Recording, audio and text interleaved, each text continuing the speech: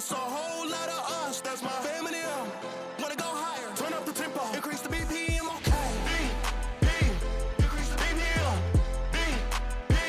Increase the BPM. Increase the BPM. Increase the BPM. What's up, guys? Chris Morgan, FC at the University of Louisville. Welcome to our weekly podcast, In the Huddle, where we ask current or former athletes and coaches into this space, into this huddle, to talk about their stories, what God has done, what he's doing, and what he will continue to do. I'm excited about our guest today. Perrin Johnson, former University of Louisville basketball player, is here with us today. Perrin, thank you for coming on today. No, good morning, man. It's great to be here. It's been a great summer, and it's starting to cool off a little bit today. I'm enjoying it. I'm happy to be here. Yeah, so you're from Claremont, California. Is that right? Claremont, yes. California? Yes. I grew up in Riverside, California, which is right next door to it. And then I ended up moving over to Claremont when I was in high school. And one of the best cities in the world, great college town. You got a lot of colleges there. There's a college there, Pomona Pitzer. Coach Popovich for the Spurs used to coach there way back in the day. So, but it's a great place, great energy. I love that place. Would love to move back there one day if it makes sense. Wouldn't mind doing that's really close to LA then. So you get to see all kinds of sports icons come in that place. Right? Oh no, I mean every day. It was a great thing. The Giambi brothers lived right around the corner. Nate Dogg and Snoop Dogg lived right around the corner. I mean, there's a lot of great people in the area, and I really enjoyed it, and it was a great time for me, and I loved every ounce of it. Well, tell us. I mean, everybody knows, from 2003 to 2006-07 is when you played at University of Louisville. So, in those years, people really they know you on the court. But let's go back. Let's go back to your day. Tell us a little bit about growing up in the Johnson household. My dad was a preacher's kid, so I kind of feel like I am too. My grandfather was a Southern Baptist minister. My mom, she was from Miami, and this is really interesting. My mom, when she went to college, my uncle played at East Tennessee State, and he told my mom, "You're gonna go to Western Kentucky." Now my mom is from Miami, so is my uncle, my mom's side of the family. My mom goes, "Well, why would I go to Western Kentucky?" And he told her, and his exact words were that it was the nicest he's ever been treated as a black man in the South. Of all the places in the South, like he said, Bowling Green, Kentucky was where he was treated the best. Like, so, I mean, and he played there. It wasn't like he went to school there. He played there when he went to East Tennessee State. So, I mean, that spoke volumes about it. My mom went there, and then my uncle played basketball there at the time, Perrin Johnson. He only played for like 2 years. So my dad went to go see my uncle play because my dad went to Campbellsville University. And then my dad and my mom met hanging out at a party after a basketball game, and they were introduced, and that's where they met, and the rest is history from there. So, but it was even that statement that you said, that one of the nicest places that a black man is treated is at Western Kentucky. I mean, nowadays you kind of think like that's so far. That's so far away that we can't even grasp that. That's not that long ago. No, it's not. It seems like, but the world has changed so much since then. But it still seems, to a degree, in some places and aspects of how technology for sure. But it seems so far ago, but it wasn't that far ago, to your point. And then, but my grandfather, he was the first black man to graduate from Campbellsville University. So I mean, I got a lot of roots here. So coming here was never foreign to me. We used to spend my summers here between here on my mom's family in Miami. But so when I came out here and my friends from California, I told them I was coming here, they were like, "Well, you sure you want to go there? Is it a culture shock?" And I'm like, "No, not at all." Yeah. So, I mean, this has been always a great place and home for me. And Louisville's been a great city to me, and that's why I'm still here to this day. Yeah. So growing up, sports, obviously, when you talked about, family members playing sports, what other sports? We know basketball, but what other sports kind of got your attention when you were younger? Football and track, and then baseball until about high school. I probably could have been a great baseball player. Knowing what I know now about it, I wish I committed to it, but I just did. So I played track and baseball running the same season, then AAU basketball runs in the same season. So it kind of prevented that. And my mom, she wouldn't let me play football because she was worried about me getting hurt. Shocker there. I'm sure a lot of people have heard that from some other people as well. I mean, but I loved baseball. I hated that my coach made me play third base at times, but I was good at third base. I was a great outfielder, but I love baseball, and I'm a Dodger fan at heart and been to a ton of games. Best food in MLB, like forever, ever, and ever. If you ever get a chance to go to a Dodger game, you get a hot dog and get sushi. It's a great time. That's it? Yeah, you can get it all. Get it all if you get out there. I'll have to take you up on that, man. Yes. So couple sports, but then basketball started to become your go-to, where you were the most gifted at. So recruiting has changed so much. There weren't NIL deals, there weren't all of the other things, but still recruiting processes were still a big deal. Yes. So what was that like coming out of a high-profiled area in California? What was the recruiting process? What did it look like for you? Well, I tell people this all the time.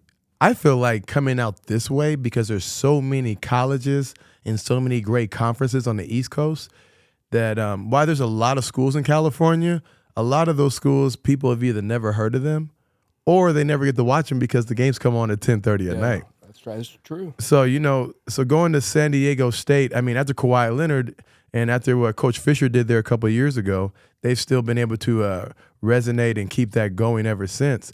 But before then, guys didn't go to San Diego State and get talked about a lot. Guys didn't go to Nevada, Reno and get talked about a lot. Now you get a lot more coverage because there's so many more media outlets today. But I tell you, I mean, I grew up with guys, my AAU teammates. One guy is Matt Sargent. Matt coaches at Notre Dame High School. He's coached a lot of great kids through that program. He's done a great job. I grew up playing against Darrell Wright. Darrell got drafted out of South Kent Prep by the Miami Heat. Sean Marshall, DJ Strawberry. The list goes on and on and on. There's so many great talents in the area. And so you had to be really good because, there wasn't this whole thing of the Instagram video. Nobody was shooting a highlight reel. You had to really be able to play. And so now, like, I just think it's crazy that all these kids are able to be recruited so easily because they all have videos and somebody taping them. Nowadays, it wasn't that. Somebody had to really go talk about you, and there's a lot of trust and word of mouth. But with the way the landscape has changed, it's truly remarkable how it's changed and how kids are able to be recruited, how they're offered money. And then let's say you go to a school like Kentucky or U of L. If you don't play well and you decide that you elect to transfer, you might not get offered the same amount of money. Right. So it's kind of like the stock market. It's the production, it goes up and it goes down. It fluctuates constantly. And these young men and women really, really have to deliver. But more importantly, if you're going to give somebody money and give them a scholarship, it really attests to the fact that a lot of these kids have to be very close to a finished product. And that's a lot of pressure at 16 and 17, in my opinion. It's things that they don't even really look at. No, absolutely. Yeah, that's very well stated. So, Coach Pitino, how did that recruiting pitch? How did that look for you? I mean, obviously there were other schools, but what did it look? What separated Coach P from the others? Well, so this is really about faith. When I used to pray at night, I always wanted to play for Rick Pitino. When he got the job here, I wanted to come to U of L. When I asked, and God delivered that for me. It's kind of funny to say that. I asked God to, when you pray, and everybody that's listening, you got to be specific of what you pray about, exactly what you want. I asked God to get me to the University of Louisville. He gave that to me. I told God I wanted to go to a Final Four. He gave that to me. I did not ask God to let me average 15 points and 6 rebounds. Like, I should have put that in my prayer. And I should have put drafted as well. I just assumed that would come with that, but I didn't pray for those things. And those things weren't given to me. So people out there, make sure you ask for what you want specifically. But all the things that I did ask for, they were delivered to me. So, I tell people all the time, like, did I play as much as I wanted to? No, but nobody gets everything that they want. However, everything that I asked for, I was given.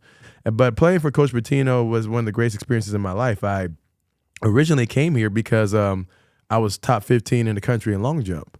I didn't want to do track, to be honest with you. My buddy told me he'd come out and score some points for the track team.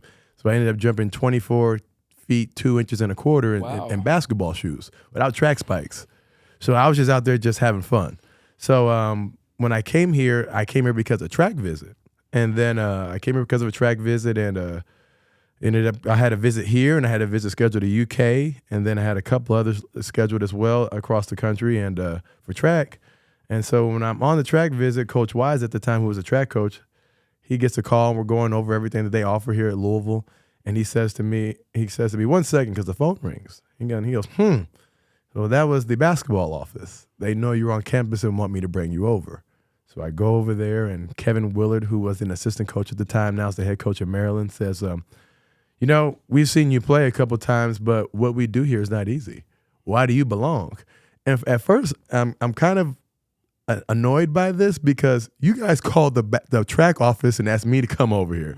So why are you going to turn around and ask me if I belong or not? So, but at the same time, so my dad, I look at my dad like, is this guy serious? And then he goes, well, tell him why you belong. And I just told him I feel like I could play with anybody in the country, and I've always done that.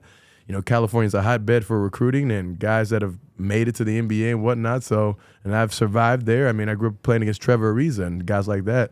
So it was nothing for me to compete at the highest level possible. I've always done that. So, you mentioned earlier about praying, being very specific about your prayers. And you referenced that verse in James. But the reason that our prayers go unanswered is because we ask for the wrong motives. We ask for selfish desires, and I, especially when we talk about men and women of faith, what I've come to realize is their specific prayers, it's never for their own good, that they use that platform to further talk about their relationship with Christ. So you come on this campus, God answers your prayers. You play for Coach Pitino. And as you're a basketball player for University of Louisville, how does that look like? A man of faith coming into a program.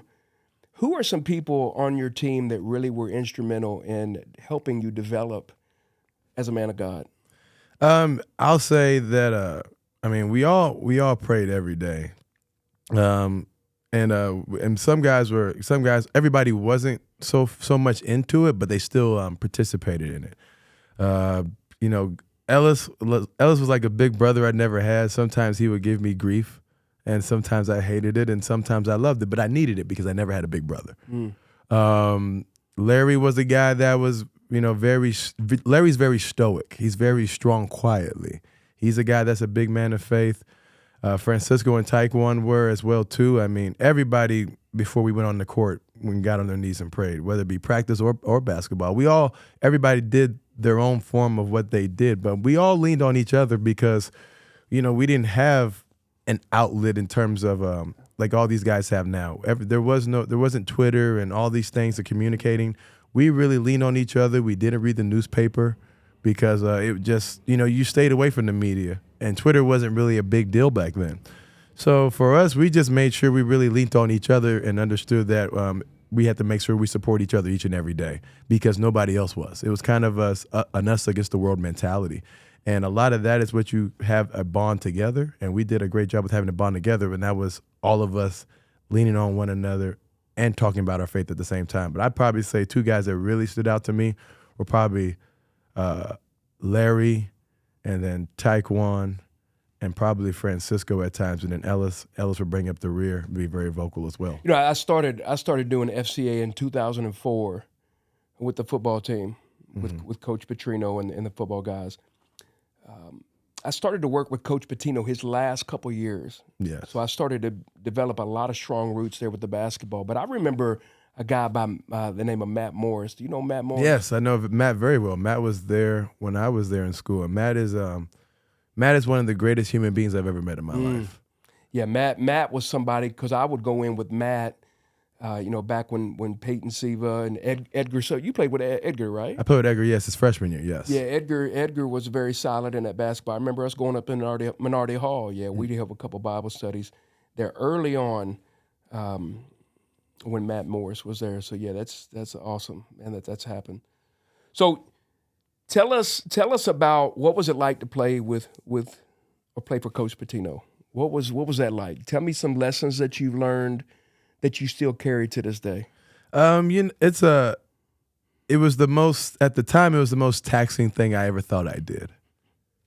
But it wasn't that it was taxing. Coach Pitino showed us a lot of things. He taught me more about life than a lot of people. And I'm not saying that my dad didn't teach me things. My mom taught me so many great things. But Rick Pitino, he teaches you a little bit about everything. When we go to New York and play in the Jimmy V, he's going to take us up there early. We're going to go see the stock exchange. We're going to go to one of the best Italian restaurants. I remember one time we went to a restaurant that had no prices on the menu. Like, I don't know if I'll ever eat 10 places like that in my life. You know what I mean? That's a great experience. A lot of guys won't experience those things again. Some guys will, depending on what goes on in their lives. But more importantly, anytime that we went to a city, he took us somewhere to make sure we had to go see something. If we went to go play Georgetown, had to go see the monuments. You know, if you had to go do that. If we were going, like, I love when he took us up to Providence. Rhode Island is beautiful. I don't know if I ever would have gone to Rhode Island. Rhode Island is now one of my favorite places to go to in the States. I love it. But the travel side, he just taught us so much about traveling, where to go into places. And I just learned so much about the stock market with him. That's why, Brad Giannini is in finance. Yeah. Chris Curran, he's in finance. David Paget, finance guys. Will Scott, he trades Chinese commodities. You know, I mean, Will Scott got his business degree and then he got his master's in Mandarin and then he went and studied at Oxford. So these are things that, like, he taught us about the markets. What's a great tie? What's a great place to go? I mean, he always gave us so many things outside the game of basketball. He really taught us a lot about life, but more important, the demanding of excellence, because time waits for no man or woman. And you got to make sure you take advantage of your time and opportunity now. Always live in the present. He always talked about the precious present and how much living in the moment matters. Ellis always says this all the time, and he coined this, and he said this a lot to D'Angelo Russell. You are where your feet are at. So you always got to take care of your business where you're currently at. Don't worry about what's going to happen 5 days, 5 months, 5 years from now. You have to take care of everything you need to do right in front of you. And then if you do that, you can get to all the other stuff in the future. So always living in the moment, but more importantly, just executing and doing what you say you're going to do and being a man of commitment. That's when you know you have a special coach, is when you're, yes, those 4 years that you played, but when you have been out of the game as long as we have, yes, and you're still talking about the lessons that coach has taught you, that's when you know you've been to a special place and a person had an impact on you.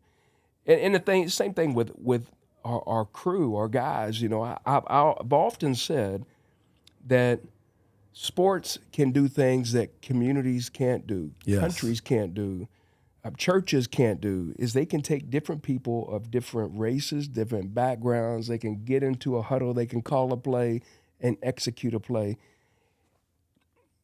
And that's hard. That's hard sometimes to duplicate that once we leave the sports arena. Yes. To try to bring that camaraderie back. You know, I often tell people about finding your crew, finding a group of guys that you can grow in God's word with, and you can be honest and authentic with. How does that work for you? I mean, how do you find a crew, so to speak, where you can be yourself, bounce scripture off of it, and grow as a man of God? What does that look like now that you're going away from the locker room? I really lean on the book a lot when I'm having trouble. You know, not having trouble in things, or when things are going well and I'm grateful for things actually working out. Not being in the locker room I miss those days. You know, people will tell you all the time, like, what's your favorite thing? What's the thing you miss most about the college? It's the locker room and it's the road trips. I miss being on the road with the guys because it's kind of like going into battle. Like, and we're all we got, and we're all together in that mold. But I think that guys really miss that a lot as well. But for me, I really try to understand that God has been a part of my life since my grandfather was in the church.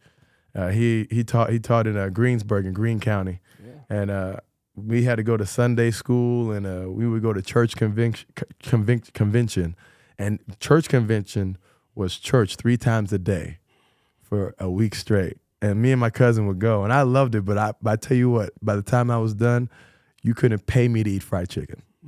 So you couldn't pay me to eat a piece of Lee's fried chicken to save my life. Because, I mean, don't get me wrong, it's great. But they used to serve it every day, like at lunch and at dinner. But I've always been around the church. So I've always, I could sing a great deal of hymns, and it's always been something that's been a part of my life because of my family. So I can't really say how much I've leaned on it or not because that's all I really know. The one thing I will say is growing up in LA, you had to be conscious of everybody was from a different background. But the one thing I will say is everybody respected everybody's religion so much.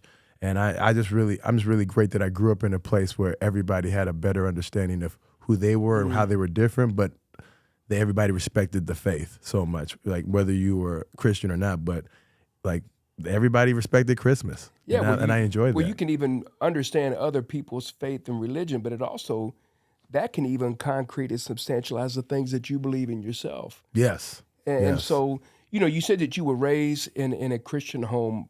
When did that really become like your own faith? Like I'm grabbing this not because of my grandfather or because of my mom or my dad, but this is becoming my own. What did that look like? What did that look like for you? I want to say when I chose to get baptized, so my grandfather had baptized all the grandkids when I'm the youngest. So when I chose to get baptized, I was about 12. And I don't know if that's late or early, but I mean, I wanted my grandfather to baptize me. And he did that, and that's when it started to grow, and that's when I really started to pay attention more so or less, because back then, to all the young kids out there was no such thing as children's church. You were in there with the adults. You got the butterscotch candy, and you got the peppermints. Yeah, you got the fans. If the air conditioner's working, you got the fans. And if I'm lying, I'm dying. You're laughing because it's true. Oh, I know. So you got the fans going. You're a kid in church, and when I could block out those things, like when I wasn't worried about I need another peppermint or I'm hungry, I could really listen to the word. Psalms has always been a great book for me. Revelations hits more now that I'm older and starting to understand things, especially understanding things better, because you got to live a little longer to understand things to a great detail. But I really sometimes I will sit down and just read my Bible just to kind of give me a refocus, because sometimes I feel like I like structure in my life. Structure does me great. I like being detailed and doing the same thing every day. That's what being an athlete is: repetition, being consistent. So like I really like touching on my Bible from a standpoint of being consistent and just tapping into that space, because it gives me groundedness. It gives me a peace of mind and a great sanity to just help me be still in the moment where I'm at. Yeah. I've often leaned on my faith when times of uncertainty and trials have hit, where my anchor has had to take hold. And I've leaned on verses, for I know the plans I have for you, declares the Lord, plans to prosper you, not to harm you, give you a future and a hope. So you leave college, and there's a window of time where everybody wants to go to the NFL, everybody wants to go to the NBA, everybody wants to play Major League. And there's a short window. You even experienced that. You played in the NBA for a couple seasons. I did that. I was in the G League. I did that. It was the D League. Now it's the G League. I did that for 2 years, and then after that, I played abroad. I was in China. I was in Qatar or Qatar, however you want to say it. I will go with Qatar for the sake of the conversation. I was in the Netherlands. I was in Argentina. I was in Mexico City. I almost went to Cote d'Ivoire to play over in Africa, but the country broke out in civil war, so that was a no-go. So, I mean, which is something you had to really think about as well. Some of these countries you're going to, are they safe? But I loved it. Part of me, I had a chance to go get a job, do an internship with a company called Blackstone, and go get a job there. And I decided to go play overseas. My dad hated it because he understood the amount of money I would have made if I went there and took that path and been in New York. But there's a lot of things I learned about myself, living abroad and being on my own. And I learned a lot about culture and a lot about a lot of other places. And there's nothing better than an education like living out of a suitcase and traveling the world. And I was truly blessed. Never had any issues with anything over there. Every time I fly somewhere, I always make sure I have my carry-on always carries my Bible. And going to the Middle East, I didn't get a lot of blowback for having a Bible. I was really impressed by that. They were very acceptive and receptive of me having one. So where I was. So I just, everything worked out by the grace of God for everything that I ever did. I blew my knee out in Qatar. And then after that, I came back. I was signed to go to Tokyo. And then I blew my other knee out after I rehabbed the whole year. And that's when I decided to call it quits. And I felt like that was God telling me to sit down. Because at that point, it was my, I want to say, fourth knee surgery. Yeah. You mentioned a couple things. I want to go back when you said that, you're carrying a Bible. You didn't get a whole lot of pushback. And I see God's provision and protection on that, but also the power and the influence of athletics. Yes. That you being an athlete, that you can play this game that you've been gifted at, and people will take notice. They want to listen to what you say. They want to watch and mimic things that you do. So the power of an athlete opening up his Bible or even carrying a Bible is looked upon like, well, if that's what a professional athlete can do, how come I can't do that? So inquiring minds want to know about that. So I think that's incredible in itself. But then also you have a window of playing where when it's done, there's more to Perrin Johnson than just an athlete. Yes. Yeah. And that's the intriguing thing about me, because it's very it's a in between time where you can go one way or the other, where when that game is taken away from you, that our identity is not snatched away from that. Did you go through anything as far as like when that game was done? You had played from the age of what? I'd say what 10 years old. Like 10 years old? Organized wise, but I mean probably like 6. 10 to mid-30s? Yes. So, and then it's gone. So what goes through your mind? What do you go to when your so-called identity is stripped at that moment? That was a real struggle. That was finding you almost got to find yourself again. It's almost like you almost have a rebirth. You got to find a whole new thing. Like, I love basketball. I love it to death. It's given me any and every opportunity I've ever enjoyed and loved. It's still not who I am every day. There was a lot of leaning on the Lord back then. Let me tell you, it was challenging. It was very frustrating because I had to finding who you are all over again later in life, starting a second career when your friends are 10 years into their first one. And so now I'm starting a second career, and then what I'm doing I might not like. There was some times where I had to figure out if I enjoy some of the things that I've done. I went and tried it. I went and did portfolio management. Didn't enjoy it. It gave me a lot of stress. Was not something I really enjoyed. There are times where I miss it, but it wasn't what I thought it would be, and I thought I was going to enjoy that. Did some other things as well, and then finally, like, I'm a teacher now, and I found peace in that and giving back. And it was a real struggle because I felt like I lacked purpose. I lacked purpose and I lacked identity, but I was still who I always been. But I can't believe that I was actually going through that at the time.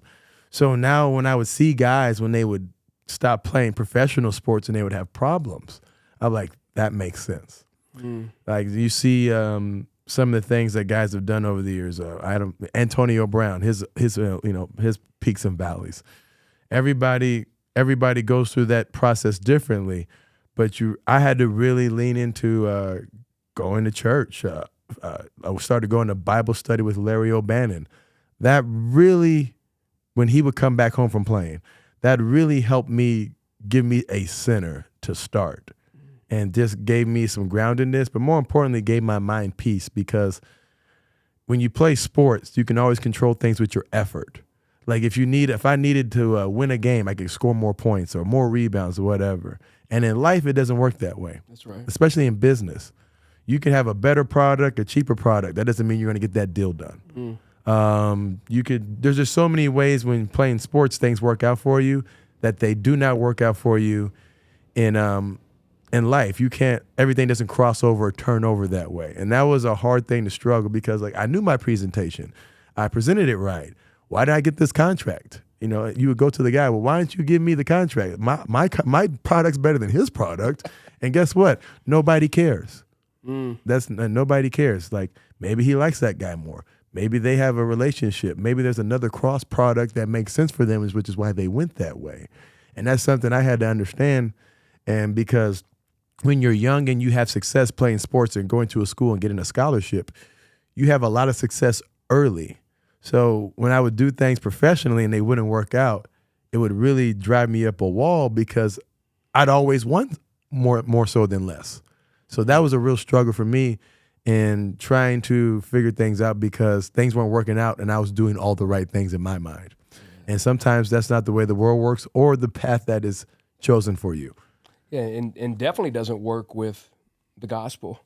No. That as an athlete, if you're a little slower, will you get in the gym and you work on some speed technique? If you need some strength, the strength coach will work you out. There's a bit of performance. That if you play the part, they're gonna put you in the game because you can produce. Yes. In our relationship with Christ, it's not that. It's not what we do. It's what He's already done. And right. Therefore, we take a hold of what He's done for us, and now we are willingly compelled to do our best, not what we do, but what He's already done for us. Right.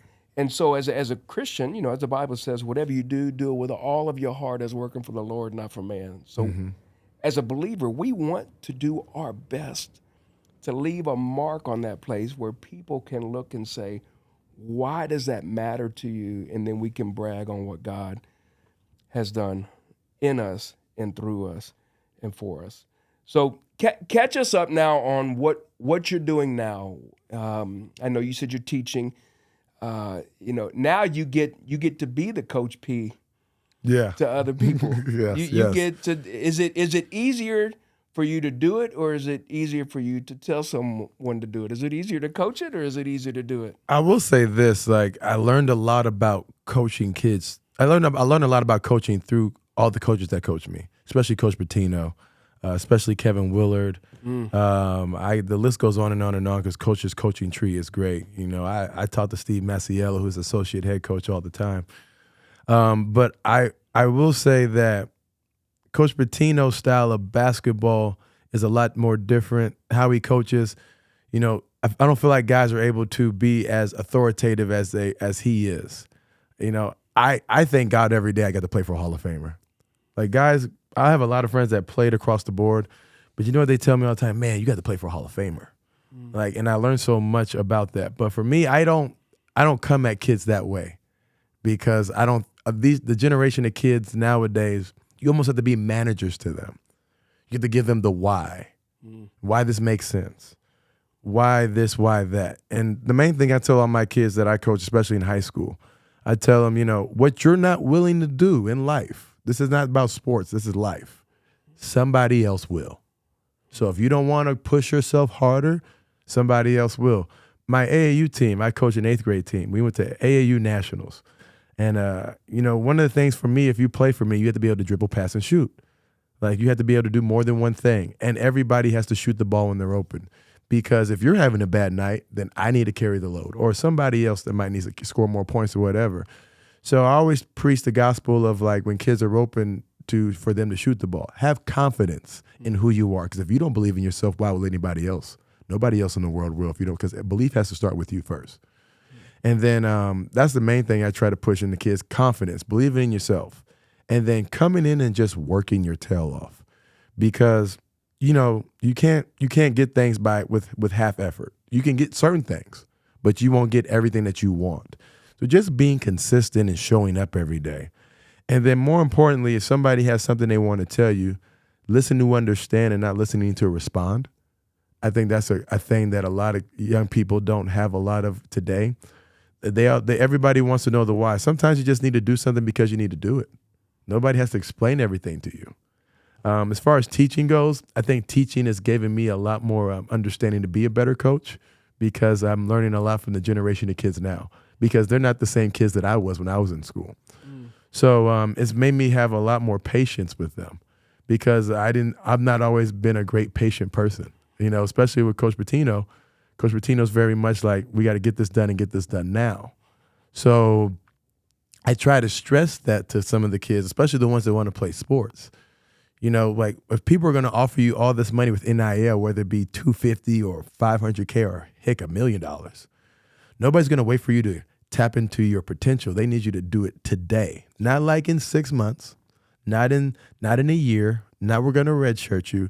We need to see results today because we're 1, 2, and 3 on everybody's list now. So this is a place of production. Yeah, and you are a college student and you are a young person. And you see all your friends in school going to class and all these things, but you're not them. You are here for a purpose, and you must not forget that. So with the young people today and what coaches giving me a lot of great things, but more importantly, just showing up every day and being consistent and just being a relentless worker and how much that matters. When you see guys that just relentlessly work, those guys just have a different edge to them, and then they just do great things. Some of the best days when I was back and rehabbing my knee, some of the best practices I used to love to watch were Shane Bohannon and Montrezl Harrell go at it. It was like Clash of the Titans. I tell you, it was something special because they wanted to just go at each other, and they would destroy each other on the court. And then they would go in the locker room, they'd hug and they'd talk and they'd play music. And it was just great to see those type of wars. But like being consistent and playing that hard against each other every day was something that was great for me to watch. And I try to make sure kids understand that. There's nothing wrong with you trying to go at your brother that's your teammate each and every day because he's going to have a choice. Either he's going to get his butt kicked every day or he's going to have a choice to compete. And you got to make sure you compete in everything every day, whether it's sports or anything else off the court for sure. Yeah. The Bible says iron sharpens iron, so one man sharpens another. That it sharpens it because of the friction. Yes. And so who do we have in our life that will rub us the wrong way? And as you're talking about those guys rubbing each other, that's why those guys got the best out of one another, and ultimately the team succeeded because they had the best versions of themselves. Yes. So yeah, that's fantastic. Couple just quick questions, rapid fire kind of deal. What's most talented person you ever played against? Brandon Roy. Okay. He was a man amongst boys in high school. So we play. This is a great story. We play in Seattle Rotary Select. Is the name of this team. And if you ask Peyton Siva, he knows it because that's right up his alley. And our coach Julius goes, and Keith, you guys are playing against the number one small forward on the West Coast. And Sean Marshall, who was one of my AU teammates, and Johnny Dukes. Sean goes to Boston College. Johnny went to San Francisco. Like we were really good. We were good. We got a good team. I've never had anybody give me 37 points like this in my life. And he was strong. He was physical. He was the same size.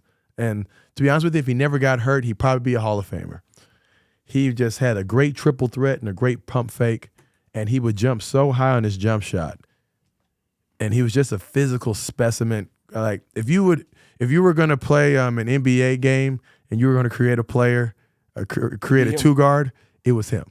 It was him. Wow. And if you go back and look at some of the days when they played against each other, him and Kobe Bryant, he used to give Kobe Bryant fits. Oh wow. Like you can go watch some of the. Brandon Roy was a monster. He was probably him, and then he destroyed me. But a guy that just controlled the game at his own pace was LeBron James, and he brought the ball up court. We played against him in high school, and you played with him against him in high school. We played against him in high school, and we're a West Coast AAU team, so we're getting the Pac-12. There was a Pac-10 at the time, so the Pac-10 now the Pac-12. Well, it's gone. RIP to the Pac-12, but you had the Mountain West. You had the WAC, a lot of West Coast schools. We're a West Coast because a lot of kids didn't go to the East Coast because it was too cold.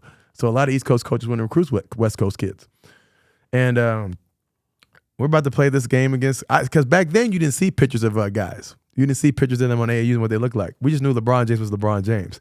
But before the game's about to be played, Tom Izzo shows up. Well, he never comes to our games because he's an East Coast guy. And Coach K shows up. Oh, wow. So we're like, okay. So then, basically the whole Big East shows up. Jim Calhoun. I'm like, And so and then one of the guys on our team, he goes, Jimmy Drafado, he played at Harvard. He goes, who do we play, coach? So, but I tell you, as great as LeBron was, the guy that was the most amazing guy on that team, and he played very briefly in the NBA for about 6 to 8 years. I won't say that's brief. That's a good amount of time. Leon Poe was a man amongst boys in high school. His first 15 games his freshman year, I think he averaged 28 and 15. And then he tore his ACL. But like he was a man amongst boys, and LeBron would just come down court, put him in a pick and roll, drop the ball off to him. He'd roll and dunk it, or he would just score. And we hung with those guys, but I mean, like I've never seen a guy that good with that size and that ability. And then, well, even for you to mention two guys before LeBron James. Yes. I mean, you mentioned LeBron James, but to mention two other guys before LeBron James is wow. What about the best teammate? Best teammate you ever played with? Best teammate I ever played with. I played with some great ones, man. Oh man. In terms of guys that took me under their wing right away, Francisco and Taekwon did a great deal with that. As far as the guy I like to go to war with, probably Ellis Miles. I really wish Lorenzo Wade didn't transfer, because if people got to see Lorenzo Wade and T. Will play, that would have been a phenomenal duo to play with. Those guys were both pros. I felt like Lorenzo would have got drafted if he stayed here. But a guy that was always great to me as a teammate, I played with a guy in the G League my rookie year. His name was Carlos Powell. He went to South Carolina. He was the last cut of the Warriors in training camp because Matt Barnes was holding out, and they picked him up, gave him a partial guarantee, and then Matt Barnes decided to come back, and then they cut him. But I played with him in Bismarck, North Dakota, one of the coldest places I lived, but with some of the nicest people up there. The Indian tribes are up there, great thing. Carlos Powell, I was a rookie in the G League. He took me under his wing. I did have to do rookie things, like if he was hungry and it was late, I would have to go get a pizza. You know, I would have to go get him a KFC or Taco Bell whatsoever. That was part of my rookie hazing. So I did have to go get the vets food, and it's cold outside because they didn't want to go outside. So, but also when we went on the road, he would buy me dinner. He would talk to me about cities we were in. He would talk to me about places, coaching staffs. If I end up going to any mini camps after the year was over, which I did, who to go to, who not to go to. The Miami Heat mini camp, by the way, is the scariest mini camp in America. Apparently you don't touch a basketball for the first day. Wow. Pat Riley wants to see what type of shape you're in. Eric Spoelstra and all those guys, they just run you to see if you can take it first, and then they let you touch the basketballs. So, heat culture is a real thing. I could tell you stories about that for days. Those guys really push it. Antoine Walker's told me a ton of great stories about that as well. I can go on and on and on. I can't wait to see what Terry does this year in a full season in a Miami uniform as well. So, but yeah, Carlos Powell was probably the greatest teammate I ever had. He had this funny saying. You'll love this. We were playing against a guy named Mike Hall. Mike Hall played with the Wizards for a little bit. He went to George Washington University. And he said Carlos was killing him this game, just really killing him, and going at him. He had a lot of points this game. He had like 20. He told Mike Hall, hey, I need you to join my foundation. He goes, what's the foundation? He goes, it's called the Make One Foundation. He goes, it's a great foundation down in South Carolina because he's from down there. He goes, you got to come down there and contribute, man. He goes, what do I got to do to be in the Make One Foundation? He said, you got to make one shot today, Mike. Just make one shot. Because Mike at the time was like 0 for 9 in the game. He said, all you got to do is make one shot. You be in the Make One. So he was killing him because Carlos was just destroying him on the court. But he would just joke like that and stuff like that. But he was one of the best teammates. Him and like a couple other guys. Kevin Lyde, who played at Temple. He was the guy that took me under his wing. I played with him in the G League. Mo Baker. Those guys were all my vets. I think he's with Portland Trailblazers last time I checked as an assistant coach. So I had a lot of great vets around me. And then a guy I played against was always a great mentor to me. He played with the Sioux Falls Skyforce. He's now an assistant coach with the Heat, Kasib Powell. Those guys were great dudes, and they always took care of me and gave me great advice. The thing I love talking about athletes and coaches is just the unlimited amount of stories that we have. It's almost like you have built-in friends. I never had to worry about friendships because I played sports. Yes. You just had, I had my brothers. They're your built-in friends. But then when you're going to schools and you move to a place or you go to college, you have a group that's there. you got your crew, you got your teammates, and that's just hearing those stories. I mean, there's a whole vault and bank full of stories of collection that you can just replay over and over again. Well, couple more questions. What I don't get asked this, but I'm sure you, especially as you become older and a former basketball player, can you still throw it down? Can you still dunk? Yeah, actually, I did yesterday. Actually, I was working some kids out, and it's always great when you can tangibly show them something, because they always think that you don't know what you're talking about or you make this up, and then when you can show them the move in real time and do it with the force and velocity that you want them to do it with, it's like, oh, okay, so that's I want you to do that. And like, okay, yeah, I'll do that, because now you can't deny me what I'm telling you. Yeah. This is what I want you to do, and I think it speaks volumes that I'm 39. I'll be 40 in December, so I'm 40. So at 40 years old, that I can go up there and just throw it down and throw it behind and then reverse it, whatever. Because I still try to take care of my body and watch what I eat.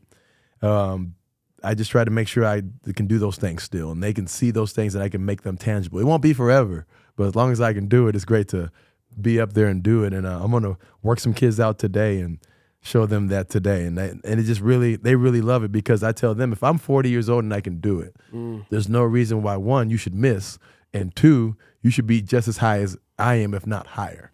If you're not higher than me and you're 17, 18, that's a problem. Yeah. You know what I mean? Oh yeah.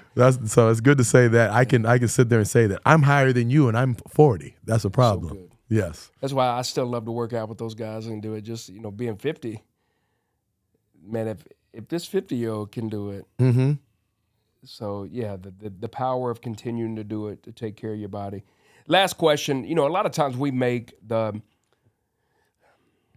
our faith, the Bible, our relationship with Christ very complicated, although it can be, but it also can be very simple.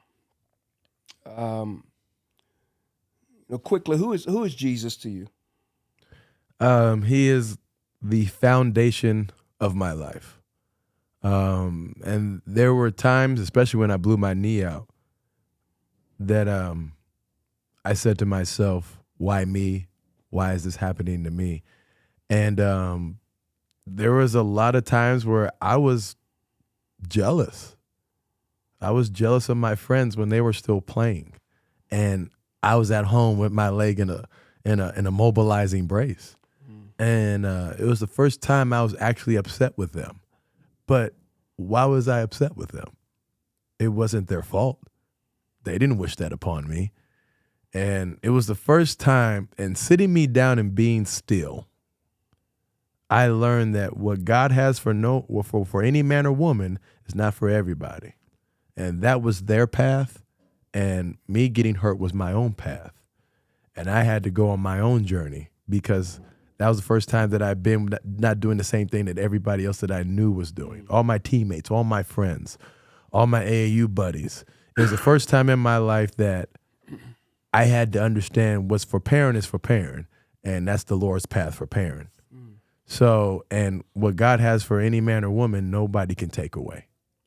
And that's what a lot of that gave me. So I had to learn that piece. And then I had to learn how I had to be happy for my friends all over again. And it really made no sense why I was upset with them. I was upset with my circumstances and my path. And you shouldn't do that to people. You should cheer them on and pray for them and be their biggest cheerleader. If you really love somebody and they accomplish something great, you should be happy for them. Because that is a true testament of being not only a good Christian, but also just being a good friend and a good person. Even when people are on TV, like when you see fighters or like Caitlin Clark, for example, like she's got the world on her shoulders. Every time I go into a gym, when I see little girls, they either got the jersey or they got the WNBA ball, and it has the Fever logo on it. So when you see people going on their journey, and no matter who they are, whether they're a baseball player, basketball player, opposing team or non-opposing team, I think about my journey and all the things that I went through. And all I do is wish people well, because I understand how hard it is to be in their shoes each and every day. and hope that they can get that blessing that they're out there looking for. Well, Perrin, thanks for taking time to come into our huddle, man, to come into our space, and thank you for sharing your story. Really appreciate you taking time to do that. Thanks for having me. I just really appreciate this and look forward to continued work and just God's blessings. Thanks for coming out.